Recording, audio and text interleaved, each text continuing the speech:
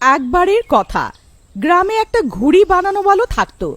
15 August আসবে, তাই ওই ঘুড়িওয়ালা একটা বড় ঘুড়ি বানানোর কথা ভাবে। এইবার এত বড় ঘুড়ি বানাবো কি গ্রামের লোকেরা সব দেখতে থাকবে। তারপর কিছুদিনের খাটনির পর লাল্লুলাল একটা 7 ফিট উঁচু ঘুড়ি বানিয়ে নেয়।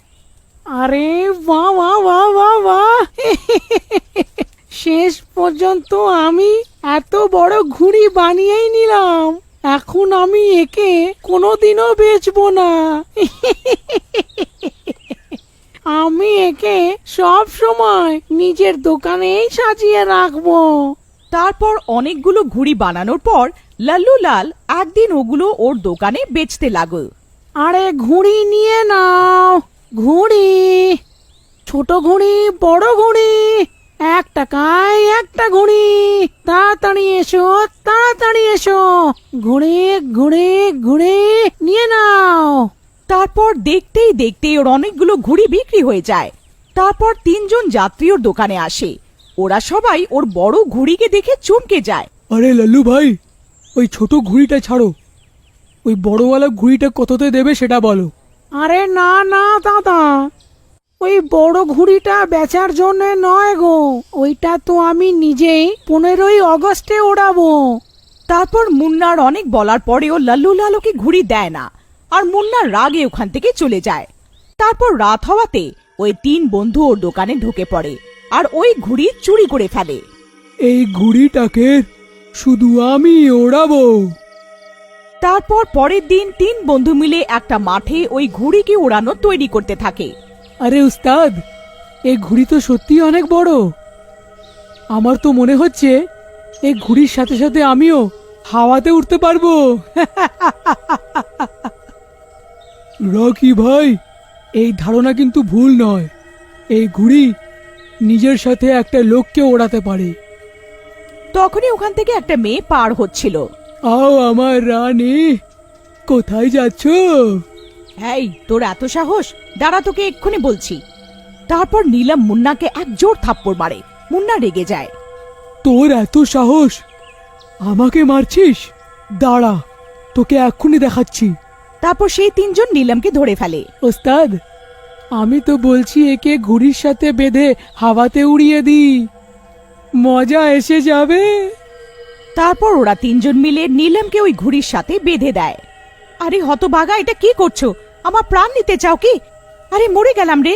তারপর রকি আর বাবলু ঘুড়ির এক কোনায় দাঁড়িয়ে যায় আর মুন্নাকে সুতো দেয়। উস্তাদ, হাওয়া তো ঠিকই চলছে, আমরা ঘুড়িকে উপরের দিকে ছাড়বো, তুমি এর দড়িটা টেনে দেবে। তারপর ওরা ঘুড়িটাকে উপরের দিকে উড়িয়ে দেয়। মুন্না সুতো টানতে থাকে আর ঘুড়ি হাওয়াতে উঠতে থাকে। আরে বাহ বাহ বাহ বাহ উস্তাদ, ঘুড়ি তো সত্যি হাওয়াতে উঠছে। আরে বাহ বাহ, আজ তো মজাই এসে গেল।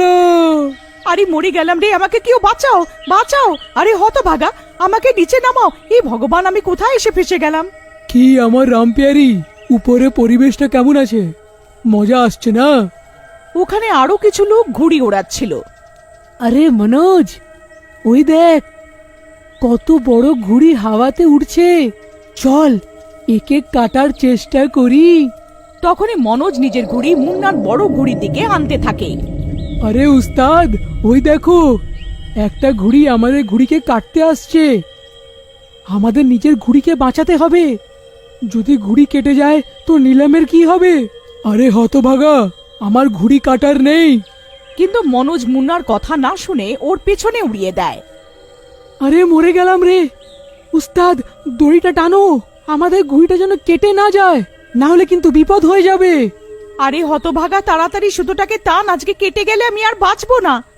তখনই মনোজ মুন্নার ঘুড়ি কেটে দেয়। আরে মরে গেলাম রে, আরে কেউ আমাকে বাঁচাও।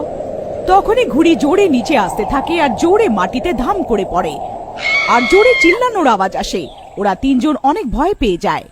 আরে ওস্তাদ, নীলমের কি হয়ে থাকবে? কোথাও সে মরে তো যায়নি?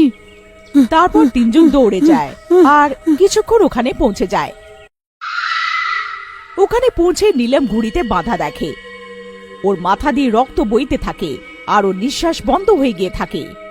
আরে ওস্তাদ, এ তো মরে গেল, এখন কি হবে? আরে দাদা, আমার তো প্রথম থেকেই ভয় লাগছিল। ভয় পেও না, কেউ কিচ্ছু জানতে পারবে না। চলো তাড়াতাড়ি একে খোলো, আমাদের একে এখানে পুঁততে দিতে হবে, কেউ কিচ্ছু জানতে পারবে না। তারপর ওরা তিনজন নিলামের দেহকে একটা গর্তে ঢেলে ওটাকে গেঁথে দেয় আর ঘুড়িকে উঠিয়ে ওখান থেকে পালিয়ে যায়। তারপর কিছুদিন পর ওই ঘুড়িকে নিয়ে ওই মাঠে পৌঁছে যায়। আরে ওস্তাদ, আজ সবার ঘুড়ি কেটেই বাড়ি যাব। তারপর ওরা দুজন আবার মুন্নাকে লাঠাই দেয় আর ঘুড়ি হাওয়াতে উপরে উঠে থাকে। তারপর কিছুক্ষণে ওরা ঘুড়ির উপরে একটা শাকচুন্নিকে বাধা দেখতে পায়। ওরা তিনজন দেখে ভয় পেয়ে যায়। আরে রকি ভাই, তুমিও কি সেটাই দেখছো যেটা আমিও দেখছি? হ্যাঁ ওস্তাদ, কিন্তু এই শাকচুনি কোথা থেকে এসে গেছে ঘুড়িতে জানি না দাদা। এটা নিলামের আত্মা তো নয়, এখন কি করি? মুন্না ভাই, এক কাজ করো, ঘুড়িটা তাড়াতাড়ি ছাড়ো আর চলো তাড়াতাড়ি এখান থেকে বেরোই। তখনই যেই মুন্না ঘুড়ির সুতো ছাড়তে লাগে, ওই সুতোটা ওর হাতে জড়িয়ে যায়। আরে উস্তাদ, কি করছো? তাড়াতাড়ি সুতোটা ছাড়ো আর পালাও এখান থেকে, না হলে এই শাকচুন্নি আমাদের কাউকে ছাড়বে না। আরে রকি ভাই, এই সুতো তো ছাড়াতেই পারছি না, আমার আমার হাতে জড়িয়েই যাচ্ছে। এখন এখন কি করি, কি করি? তখনই ওই ঘুড়ি মুন্নাকে নিজের সাথে টানতে থাকে।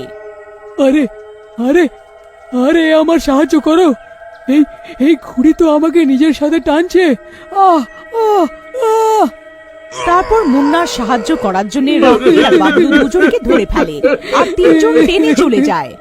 আরে মরে গেলাম রে উস্তাদ, এই সুতো তো আমার হাতের সাথে জোড়া লেগে গেছে, এখন এখন কি করি? তারপর দেখতেই দেখতে ঘুড়ি ওদেরকে নিজের সাথে হাওয়াতে উড়িয়ে নিয়ে যায়। আরে আরে মরে গেলাম রে, এই এই মা গো, আমরা আর বাঁচতে পারবো না। আরে শাকচুন্নি, আমাদের ছেড়ে দাও, আমাদের ভুল হয়ে গেছে। আরে মা, মুন্না ভাই, আমরা তো আকাশে উড়ে যাচ্ছি। আরে মা গো।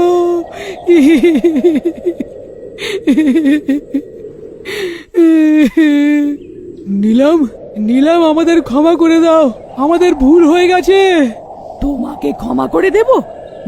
তোমার জন্য আমার প্রাণ গেছে, তুমি আমাকে এই ঘুড়ির সাথে বেঁধে দিয়েছিলে, তোমাদের তিনজনের জন্য আমার প্রাণ গেছে, এখন তোমরাও মরবে।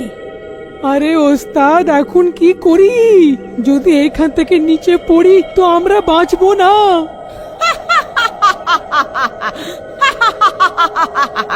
মজা আসছে না? তখনই আরেকটা ঘুড়ি ওদের সাথে লড়াই করতে আসে। আরে মরে গেলাম রে। আরে উস্তাদ, ওই দেখো, একটা ঘুড়ি আমাদের কাটতে আসছে। আরে মা গো, এখন কি হবে? রকি ভাই, যদি ঘুড়ির সুতোটা কেটে যায় তো আমরা তো সোজা এর সাথে সাথে নিচে চলে যাব। আরে হতভাগা, তুই কোনো অন্য ঘুড়ি পেলি নাকি কাটার জন্যে? অন্য কোনো ঘুড়িকে কেটে দে রে, অন্য কাউকে কেটে দে। তখনই ওই ঘুড়ি জোরে আসে আর সুতো কেটে বেরিয়ে যায় আর ওই তিনজন জোরে নিচে পড়তে থাকে। আরে আরে মরে গেলাম রে, এখন আমরা আর বাঁচতে পারবো না। আরে মা গো, আরে কেউ আমাদের বাঁচিয়ে নাও। আরে আরে শাকচুন্নি, আমাদের ভুল হয়ে গেছে, আমাদের ক্ষমা করে দাও। তখনই ওই শাকচুন্নি ঘুড়ির সাথে ওইখানে পৌঁছে যায় আর ওদের তিনজনকে নিচে পড়ার থেকে বাঁচিয়ে নেয়। আরে আরে বেঁচে গেলাম রে।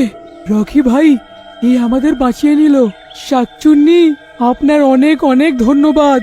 আমরা হাত জোড় করে আপনার কাছে ক্ষমা চাইছি, আমাদের ক্ষমা করে দাও। আমি তোমাদেরকে ক্ষমা করে দেব, কিন্তু একটা শর্ত আছে। এখন থেকে তুমি প্রচার করবে যে প্রত্যেক বছর ঘুড়ি ঘোরানোর জন্য অনেক পাখির মৃত্যু হয়, আর যদি তোমরা এই ব্যাপারে আলোচনা করবে তাহলে আমি তোমাদের জন্য কোনো ক্ষতি করব না। ঠিক আছে শাকচুন্নি, আমরা যতটা হতে পারে লোকেদেরকে এই ব্যাপারে বলার চেষ্টা করব। তারপরে ওই শাকচুন্নি ওখান থেকে উধাও হয়ে যায়।